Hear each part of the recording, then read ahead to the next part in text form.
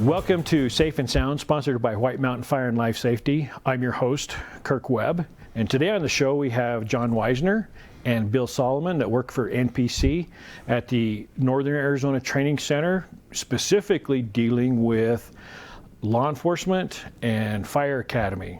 So is that correct?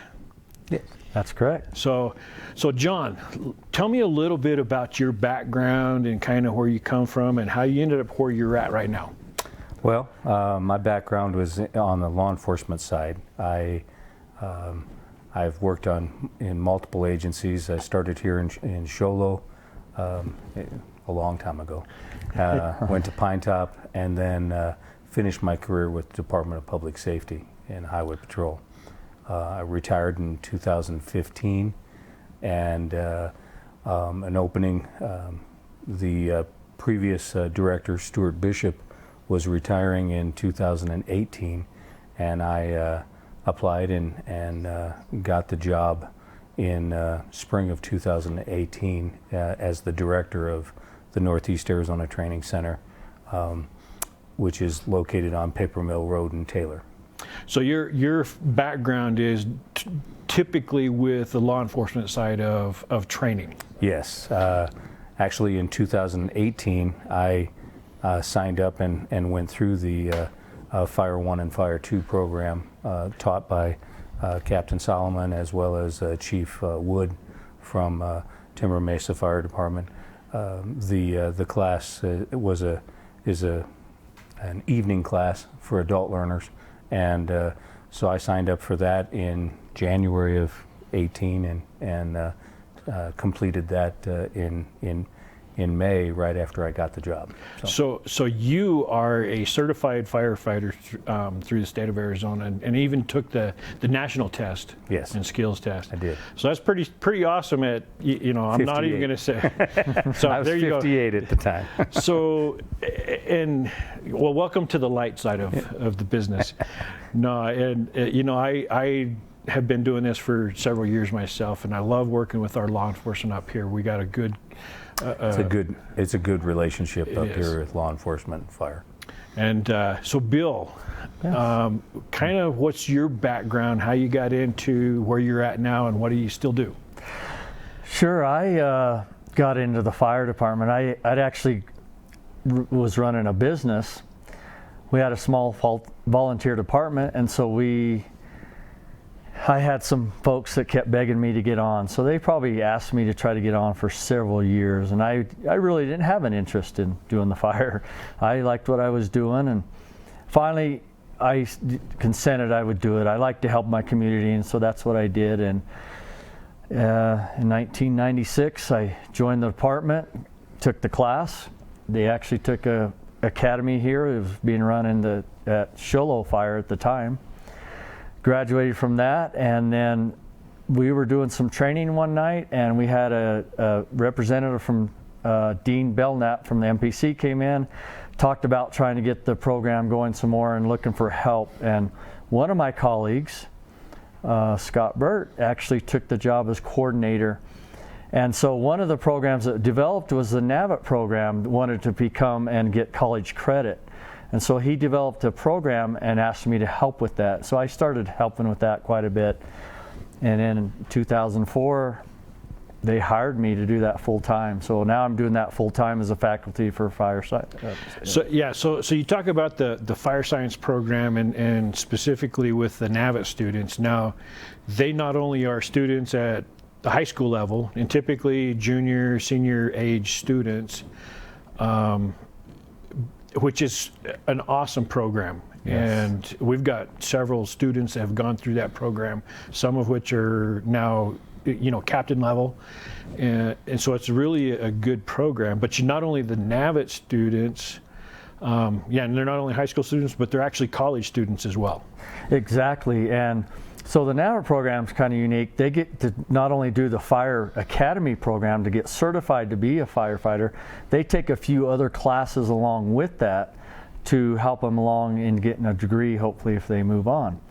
And so that's really nice about that program. And technically, any of the NAVIT programs, because I know my daughter went through the cosmetology program, and by the time she graduated as a senior in high school, she actually had her associate's degree as well.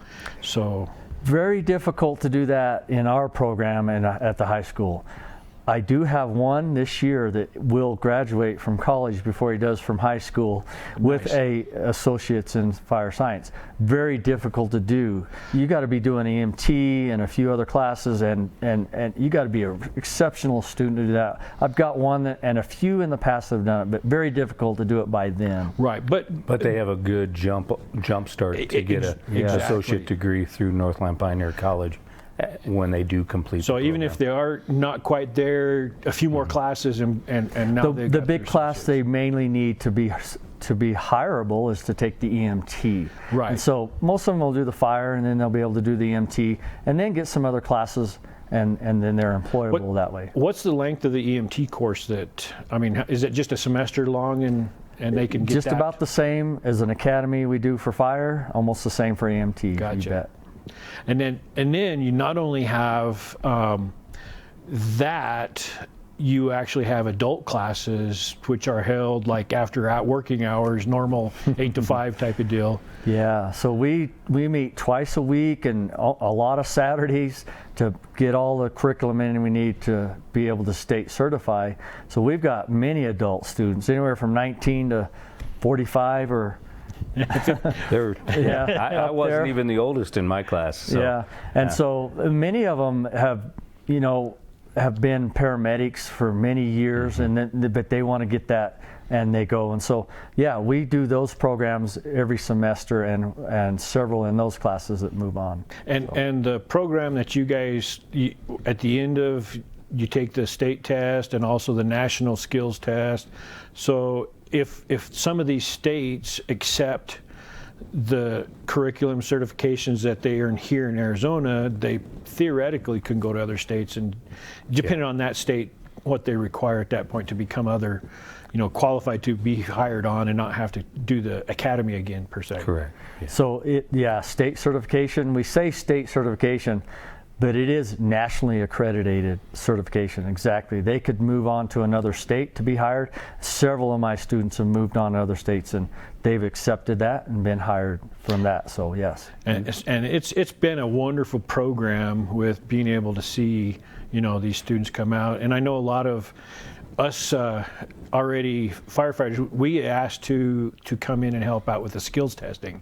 So it's and that's good refresher training for our guys and whatnot. So on the law enforcement side, what's because that's a little bit different program, isn't it? It is a totally different program due to the fact that and we call it the Northeast Arizona Law Enforcement Training Academy for Police Academy. So NALEDA is a sponsored academy, so they have to be employed by a police agency to attend. And so they're on the clock, basically. So they're already hired on with an agency. They're hired. The backgrounds are done, and all the certification to get them approved to be in the academy has already been completed by those agencies.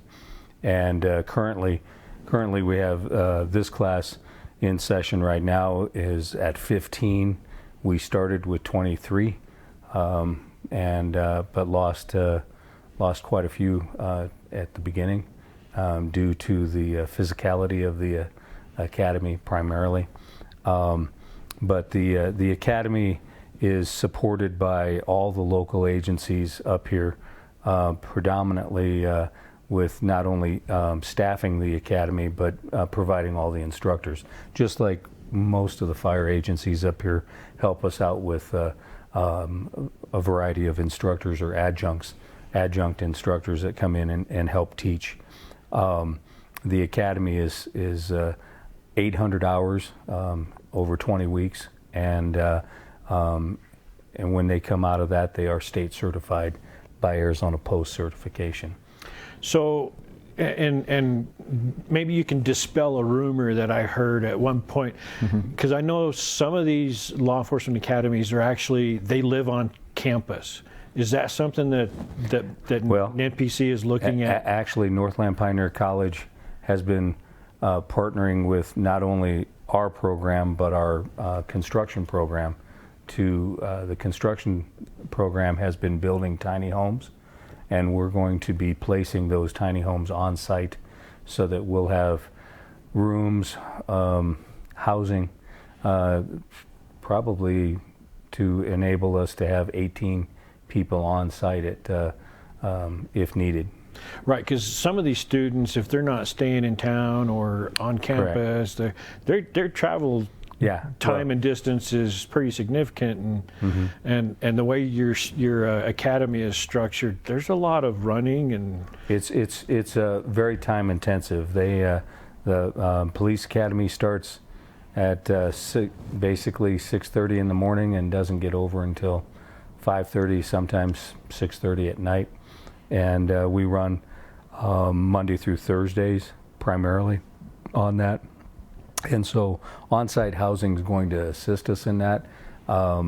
We are it's an interesting concept, and Bill has more history with the partnership that is out there. But the Northeast Arizona Training Center has been a partnership that started with fire chiefs that wanted to have a regional training center built, and then they partnered with Abitibi, the paper mill at the time.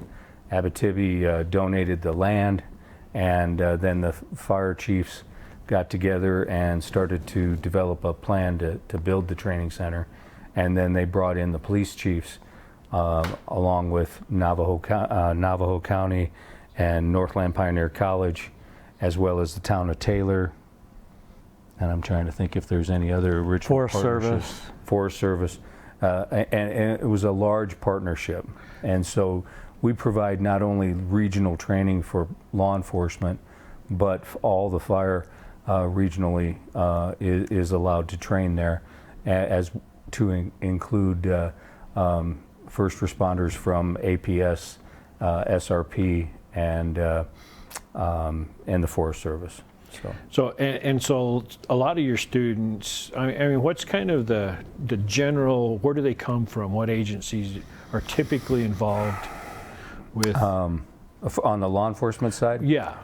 The law enforcement side, agencies up here are always looking to hire people. And so my recommendation is for anybody that's interested in a career in law enforcement to reach out to the agency that you're interested in, talk with them, fill out an application, start the process, go through the background, because it is a lengthy process, and then they will put you through the academy if you're able to make it through that program.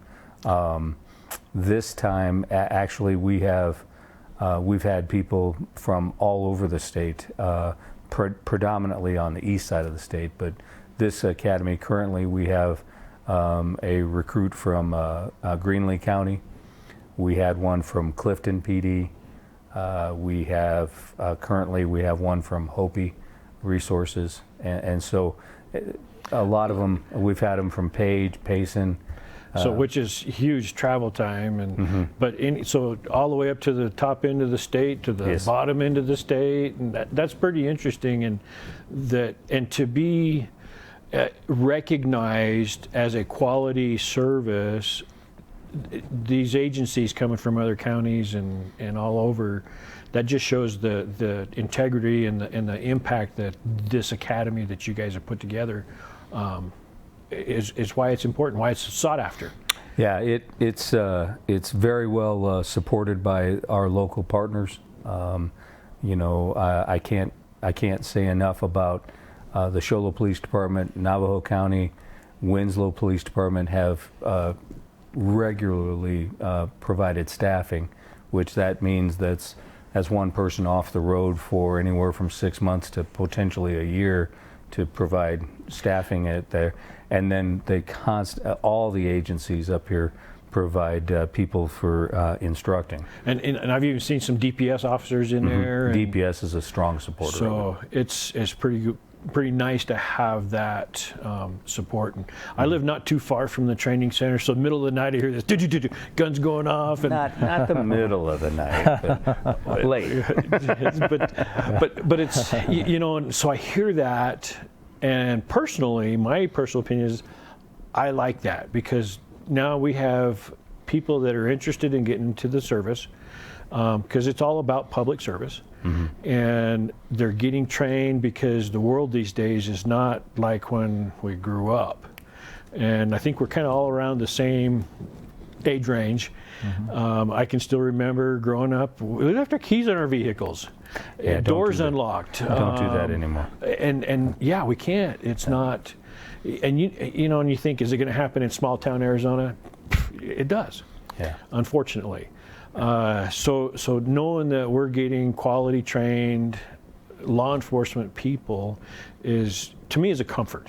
And those people that complete the academy also get college credit through Northland Pioneer College also. So what's how far along are they in to that possibility of getting that associate's degree? And quite a ways. So it's very similar to the fire program. They come through with a total of 36 hours at the end of the 20-week academy. So yeah, there again, not to mention a lot of it's going to be those required courses, English and psychology and things like that that are required to get, the ones that most of us kind of don't want to. But and I know we look at when that first tower went up, we talked about the training tower. It's not only for fire, law enforcement uses it as well. They do. And now our communities are getting larger. And I can foresee where having more training towers available, we can then even invite more outside agencies to come in and participate in different drills and trainings, and not only become efficient for the local people, but become a money-making possibility for the college or whoever. And so we're growing. Yeah, didn't happen last year because of more than likely COVID, but in years past, the regional group of NAFCA is the Fire Chiefs Association up here, and they have a training committee, and they commonly will try to have at least once or twice a year higher tech training, such as tactical hose training, or bring in some specialists to bring up the level of training for some of the local instructors up here. And so when they do that, then members from all the local surrounding areas come to the regional training center and train together.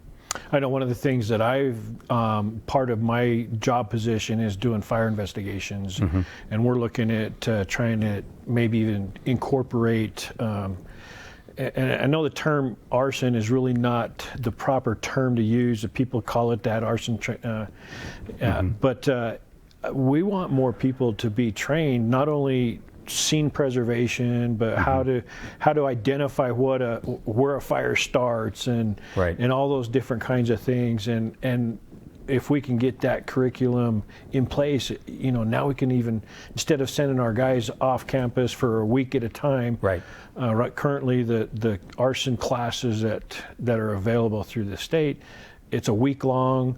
And by the time you pay hotel fees and food and lodging, all that, it adds up very fast. It's our hope to get something like that going regionally here, locally, so that you're not spending the money and the time sending people away. Because our fire investigators, or I better use the right term, we're not going to be, we need somebody to take our place. Right. And so it would be nice to have that training locally. We got the talent. Right. We've got several people that are fire investigators, have been doing it for years, and seen a lot of fires in the Phoenix metro area, things like that. Some of these investigators are really good at wildland, And so it's a complex part of the fire service. And Right. So we've also partnered with our power plants up here. They used to send their students, their guys all down in the valley, and so the cost there was, and now that we got that here, that was a significant savings for them. So they do use these towers also. It's not just the fire, but you got the brigades and the power plants that come and use that, and it is a savings for them for sure. absolutely, that not only the fire, the EMT, Yeah. the law enforcement, whatever, security, all that. So it's a great program that we've got going, and you guys have done a really good job of, the people that were in the position before you did. That's how you progress. It's evolving. Yes. And I don't think it's ever going to stay stagnant or status quo. No, Northland Pioneer College worked very strongly toward getting state appropriations back in 2019.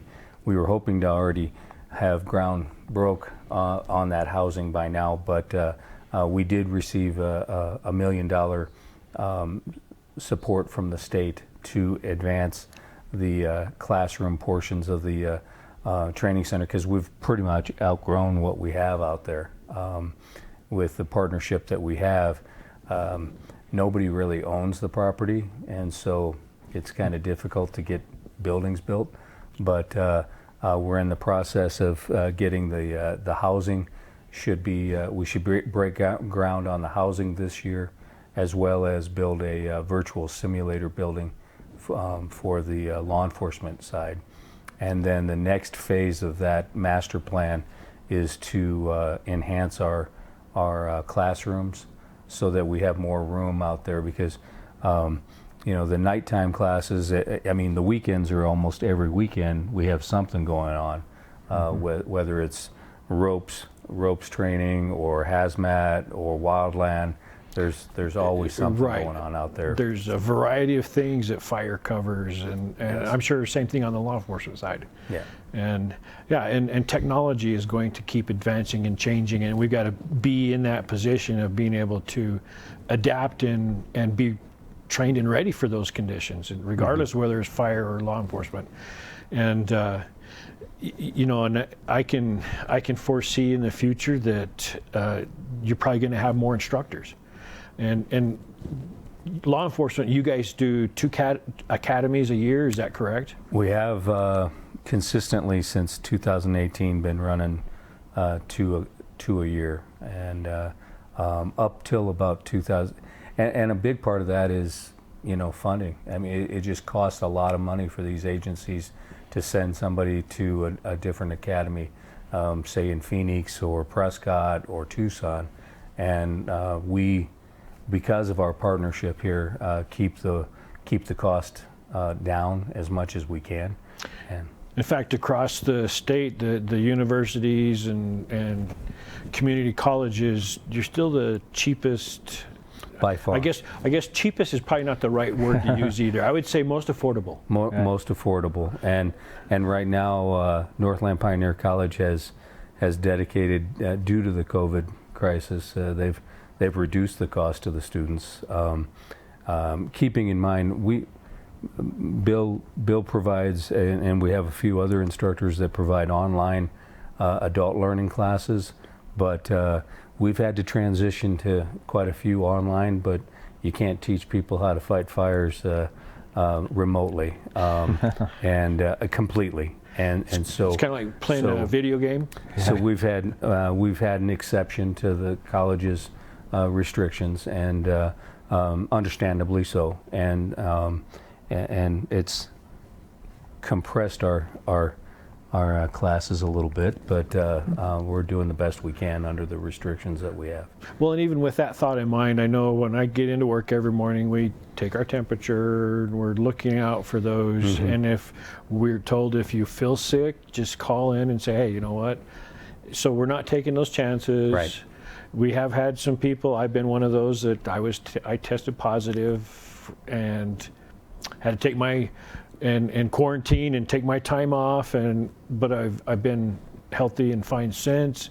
Although we'll see how my this year's annual physical turns out. Hopefully it didn't affect me long term, but with that, it's nice to know that they look out for us enough that they require that annual physical. Am I fit for duty? And that's what they're looking at. And same thing with, you know, regardless of whether it's law enforcement or fire, we want our students to be trained as well as possible, have that hands-on real life experience. You know, I know we do search and rescue. You guys do very similar types of things of, you know, looking for the bad guy. And so it's both of them are very intense trainings and the things that they have to be able to physically do and mental. It's a mental thing too, and and that's one thing that I'm really grateful for that have included in is getting that mental health training and know when it's like, hey, it's okay to say time out. You know, I need to take care of myself first. You can't help anybody else if you're not healthy yourself. Right. Yeah. But well, I appreciate both of you coming on to the show. Bill Solomon, mainly focusing on the fire side of things. John Wisner focusing on the law enforcement side, but together you guys make a great team, and you know, and all the other instructors that are part of the Northeastern Arizona Training Center, and keeping those academies going and providing that service for us. Thank you for watching Safe and Sound, and we'll see you next month.